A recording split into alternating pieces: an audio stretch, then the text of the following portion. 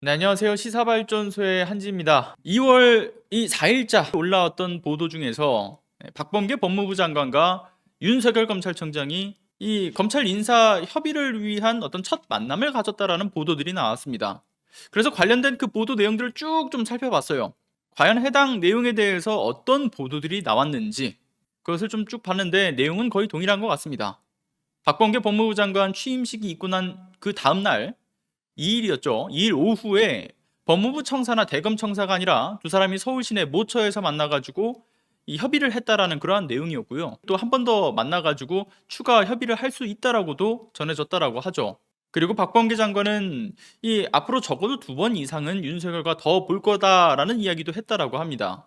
아무튼 이번에 첫 이 검찰 인사와 관련해서는 심재철 검찰국장의 경우에는 이제 교체가 되고 뭐 후임으로는 심우정 법무부 기조실장이 거론된다라는 이야기가 나온다. 뭐 그런 것이 또 이런 언론들의 보도가 있었죠. 근데 윤석열 청장은 역시 아니나 다를까 자신의 가족과 최측근 한동훈 검사장에 대한 수사를 지휘해왔던 이성윤 서울중앙지검장, 그리고 이제 자신에 대한 징계 청구를 주도했던 심재철 이 검찰국장에 대해서는 인사교체가 필요하다라는 의견을 전달했다라고 하죠. 물론 그 이전에도 빅4에 대한 인사교체 요구했고, 그리고 무엇보다 이 중앙지검의 핵심 인사들은 죄다 좀 물갈이가 필요하다라는 그러한 의사를 표명했던 것으로도 알려져 있습니다. 이미 이런 1차 인사와 관련된 협의가 있기 이전부터 거론되어 왔던 내용들이죠. 자, 그렇다면 이쯤에서는 박범계 장관이 과연 검찰 인사와 검찰 개혁에 관해서 윤석열과 만나기 전후로 대체 어떤 생각을 갖고 있을지 이를 들여다볼 필요성이 좀 있어 보이는데, 사실 지난번 제가 취임식 때 그 취임사를 통해서 그 생각을 좀 들여다볼 수 있는 부분들에 대해서 말씀드린 바가 있었습니다. 하지만 취임식 그 이후에도 여전히 다소 박 장관에 대한 검찰개혁 의지와 관련해서 전임 장관들에 비해서는 조금 우려스러운 부분이 많다, 그러한 의견들도 있는 것 같은데요.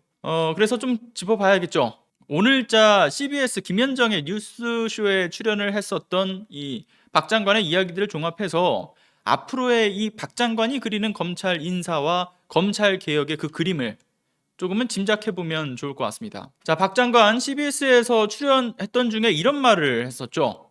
윤석열 총장과 공식적으로 1차 만남을 가졌고, 만남을 가진 목적이라고 하는 것은 이 검찰청법상 대통령께서 인사권자고, 그리고 임명권과 보직의 제청을 법무부 장관이 하도록 되어 있는데, 이 제청을 하는 그 과정에서 검찰총장의 의견을 듣도록 되어 있다. 그런데 지난 과거의 해석들이 잘못되어 있던 것 같다라는 취지로 말했죠. 그러니까 지난 과거의 해석이라고 하는 것은 검찰총장의 해석과 언론의 해석, 그리고 이제 법무부 장관의 해석으로 나뉘게 되는데, 자신이 생각하는 검찰총장에게 어떤 의견을 듣는 그 과정의 해석이라고 함은 협의와 합의라는 개념과는 전혀 다르다. 그저 의견을 듣는 수준이라고 말을 했습니다. 언론들에서도 근데 보도를 낼 때는 뭐 협의, 합의 뭐 이런 표현들을 씁니다. 그런데 박 장관은 그렇지 않다. 협의와 합의라는 그 개념으로 묵지 말라, 이런 이야기를 하는 거죠. 그러니까 검찰 인사와 관련해서는 어쨌든 1차 만남을 가졌고, 이후에 가질 그 만남에서도 어쨌든 들어보고 합리적으로 좀 수용할 만한 가치가 있는지 없는지를 따져본 이후에 수용할 만하면 하겠지만, 그게 아니라고 한다면 듣지 않겠다라는 의사를 밝혔다라는 거죠. 어쨌든 박 장관은 이번 첫 번째 인사와 관련한 만남에서는 구체적인 내용을 다루지는 않았다라고 이야기를 합니다. 그저 일반적인 인사 원칙과 그 기준에 대해서만 좀 짤막하게 이야기를 나눴다라고 이야기를 하죠. 이번 만남 이후에 다음 한 차례 더 만남을 가졌을 때 그때 좀 더 구체적인 안을 가지고서 만날 계획이다라고 이야기를 했습니다. 어쨌든 추후에 있을 인사의 원칙은 검찰개혁을 위한 어떤 인사여야 한다라는 그런 생각을 갖고 있고, 그런데 거기에 덧붙여가지고 검찰 조직의 안정성을 고려해 검찰총장 내부의 요구들이 얼마든지 고려의 요소로 삼아야 한다라는 생각도 있다라고 말했습니다. 다만 이 전임 장관들이 진행을 했었던 형사와 공판부 검사들의 우대를 하는 그러한 원칙들은 유지를 할 계획이라고도 밝혔죠. 그런데 이 부분에 대해서 진행자인 김영정 씨가 이런 질문을 했더라고요. 조직의 안정을 고려한다라는 그 말은 검찰 내부에서 그 정말 큰 반발이 없도록 하겠다라는 거 아니냐. 그렇게 질문을 하니까 여기에 대해서 박 장관은 그렇게 말합니다. 해석하기에 따라서 좀 다른 것인데 그것은 진행자 본인의 생각일 뿐이다. 그렇게 해당 내용은 또 부인을 했죠. 그리고 현재로서는 인사와 관련해서는 시기와 방식, 그리고 어떤 사람을 또 어떤 자리에 앉힐 건지에 대한 그런 구체적인 내용은 좀 전에 말한 바와 같이 정해진 바는 없다라고 합니다. 그래서 이제 구체화하는 단계에 있다라는 점을 재차 강조를 했죠. 그리고 검찰개혁과 관해서는 현재로서는 제도적인 안착이 최우선적 과제로 보고 있는 상황이고, 현재 민주당에서 논의가 되고 있는 수사와 기소의 완전 분리 등 여러 논의가 이뤄지고 있는데, 원칙적으로는 이러한 논의가 옳다라고 보고 있고, 다만 시기와 방식을 좀 더 다듬는 것이 필요하다라고 말했죠. 특히 수사와 기소의 완전한 분리는 큰 방향에서 옳다라고 보는데, 다만 범죄의 대응 역량 문제도 함께 고려되어야 하는 그러한 문제이기 때문에 제도적인 개선을 통해서 공백의 허점이 생기지 않도록 하는 문제도 남아있다라고 말했습니다. 그리고 여기서 무엇보다 검찰개혁이라는 것은 검사들을 이 개혁에 동참시켜서 검찰의 조직 문화를 개선하는 것이 가장 필요하다라고도 강조를 했죠. 근데 좀 이렇게 발언들을 정리해서 좀 여러분들께 말씀을 드렸는데요. 여러분들은 이러한 발언에 대해서 어떻게 생각하시나요? 저는 개인적으로 해당 발언들에서 우려스러운 지점들을 조금 하나씩 짚어볼까 해요. 어떤 부분들이 좀 우려스러운가? 일단 첫 번째, 저는 지난번에 이 박 장관과 윤석열의 첫 상견례 이후 검찰 인사와 관련된 논의를 어디에서 할 것인가, 그것도 주목을 해봐야 되는 부분이다라고 제가 말씀드린 바가 있습니다. 논의를 법무부 청사에서 할 것이냐, 아니면 대검 청사에서 할 것이냐, 그것도 아니면 제3의 장소에서 진행을 할 것이냐. 물론 여기서 법무부 장관의 그 지휘 속에 있는 검찰총장을 법무부 장관이 직접 그 대검 청사까지 찾아가서 인사와 관련된 논의를 한다는 것 그 자체는 사실 있을 수도 없는 일이죠. 그렇기 때문에 대검 청사는 좀 제외를 하겠습니다. 언론들에서는 대검 청사까지도 이야기가 거론됐었죠. 그렇다면 지난 추미애 전 장관께서 인사 논의를 위해 윤석열 보고 법무부로 들어와라 라고 했던 것처럼, 박 장관이 윤석열 보고 인사 논의를 하기 위해서 법무부로 들어오라고 했을 때, 이번에도 역시 추미애 전 장관 때처럼 윤석열은 아니 관례상 제3의 장소에서 만나게 되어 있지 않느냐라고 이야기를 하면서 부정적인 의견을 낼 것인가, 이것이 좀 주목될 포인트라고도 말씀을 드렸었습니다.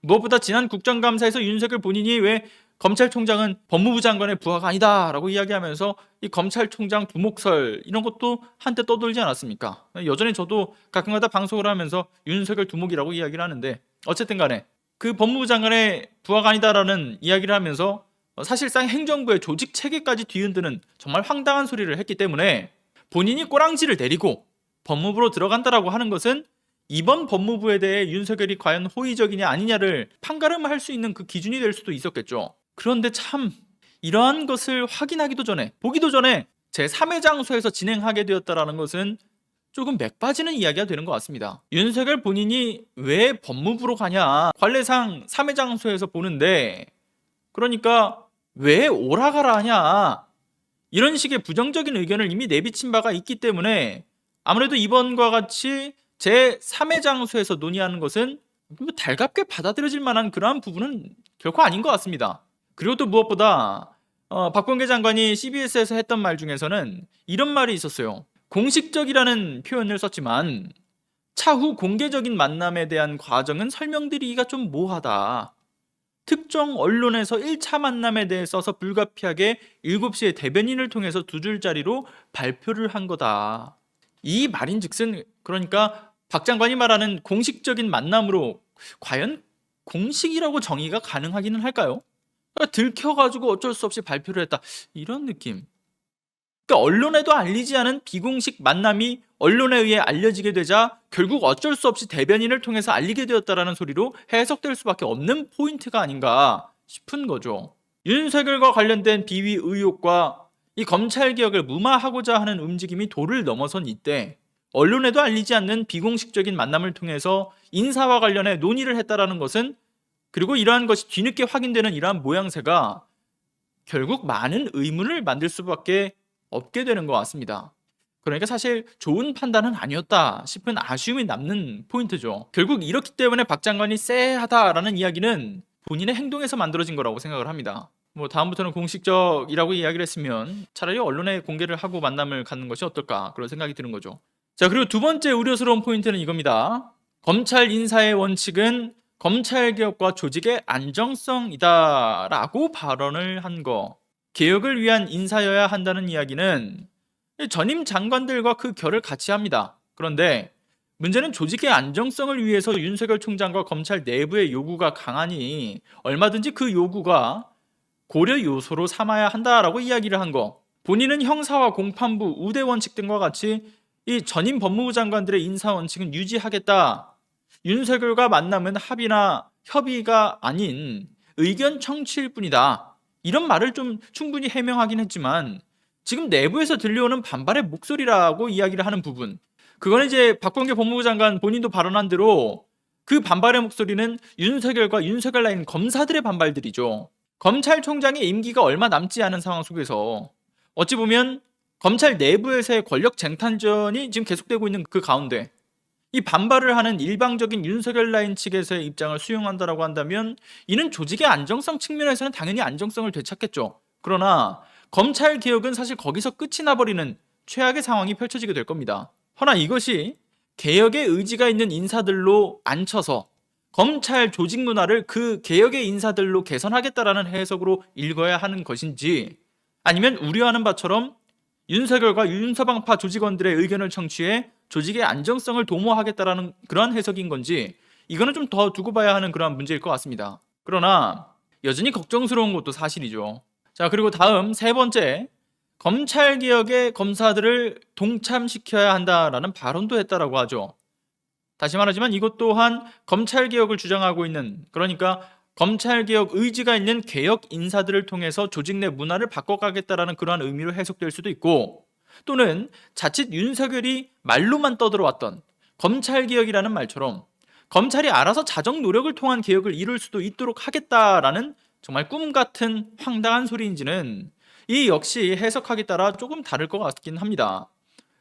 허나 무엇보다 중요한 것은 검사들이 스스로 개혁의 의지를 갖고서 동참을 했더라면 검찰개혁이 국민의 염원이자 시대적 과제가 되는 일은 없었겠죠. 여전히 개혁의 과정에서 반발하고 있는 그 검찰의 도를 넘어선 움직임을 본다라고 한다면 그들이 스스로 어떤 자정의 노력, 그러니까 동참의 가능성이라고 하는 것은 제로에 가깝다, 이렇게 봐야 될 텐데, 만약 우려스러운 그 해석이 맞다라고 한다면 다시 과거로 돌아가서 검찰이 알아서 잘 개혁할 거라고 방치를 하고 개혁을 무마시키는 꼴로 만들겠다라는 소리가 되는 거겠죠. 정말 이런 정말 바보 같은 짓은 아닐 거라 생각을 하고 싶습니다. 다음 네 번째, 수사와 기소권의 완전한 분리에서 이 시기와 방식이 더 많은 고려가 되어야 한다는 그 발언도 짚어봐야 할 텐데, 이 발언은 검사 출신의 민주당 의원들이 그 주장을 해왔던 바와 같죠.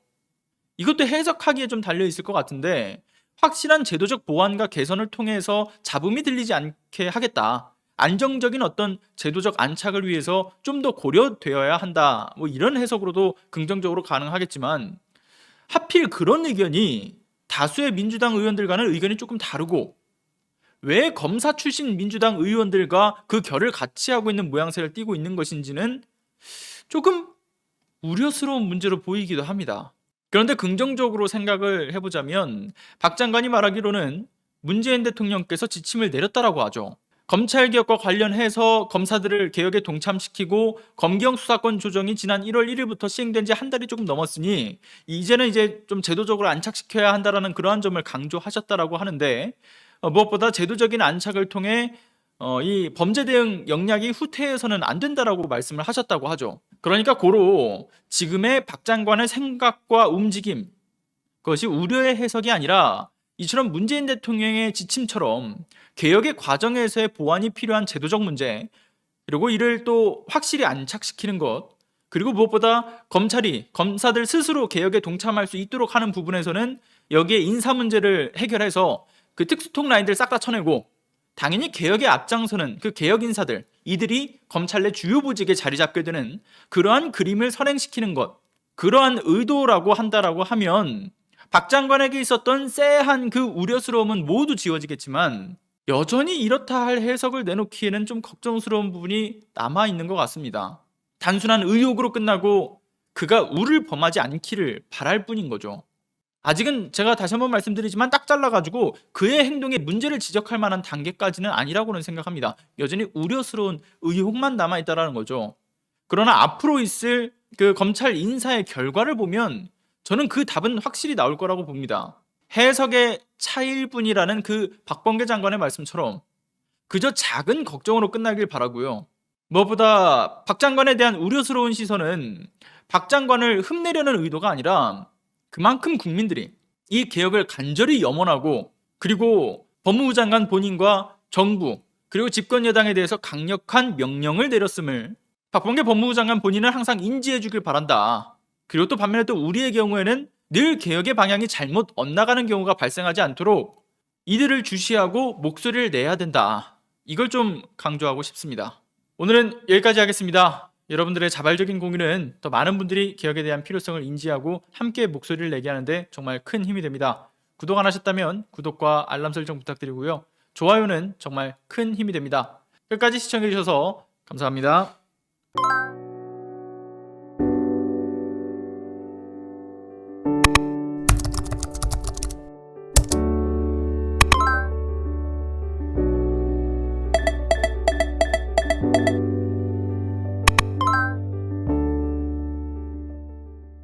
안녕하세요.